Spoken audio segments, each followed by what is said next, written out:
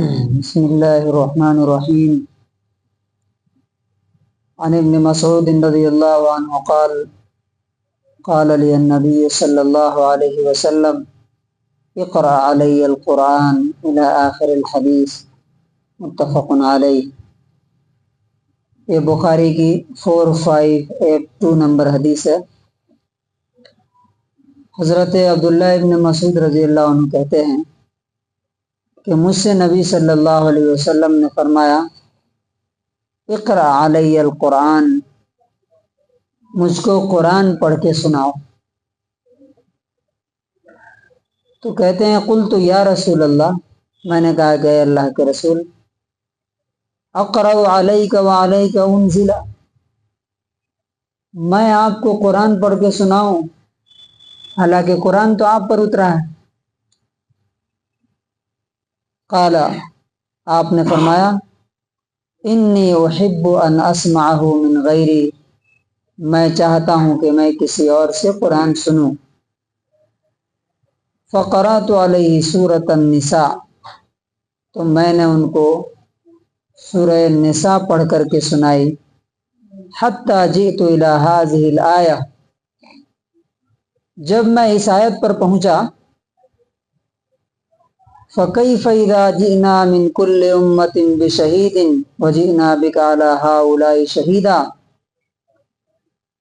جس کا معنی ہوتا ہے کہ اس وقت کیا ہوگا جب کہ ہم ہر قوم سے، ہر کمیونٹی سے ایک گواہ سامنے لائیں گے اور تمہیں ان لوگوں پر گواہ بنا کر کے اٹھائیں گے، یعنی صحابہ کرام اور پوری امت پر.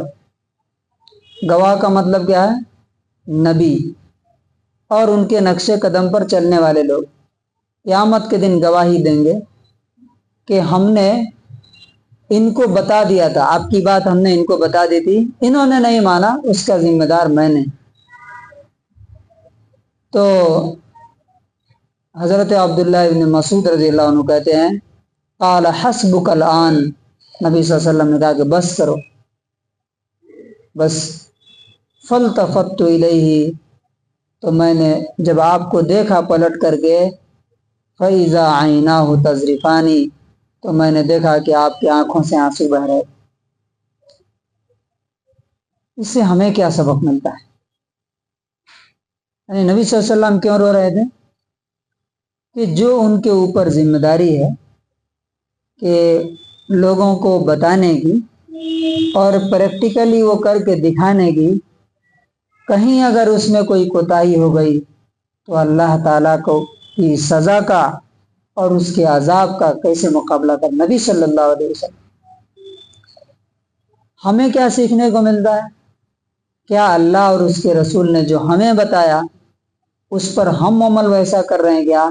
اور ہمیں کبھی یہ سوچ کر کے رونا آتا ہے کیا کہ کہیں اللہ تعالیٰ قیامت کے دن پوچھ دیا کہ یہ بات میری تم تک پہنچی تھی، تم نے عمل کیوں نہیں کیا؟ تو کیا جواب دیں؟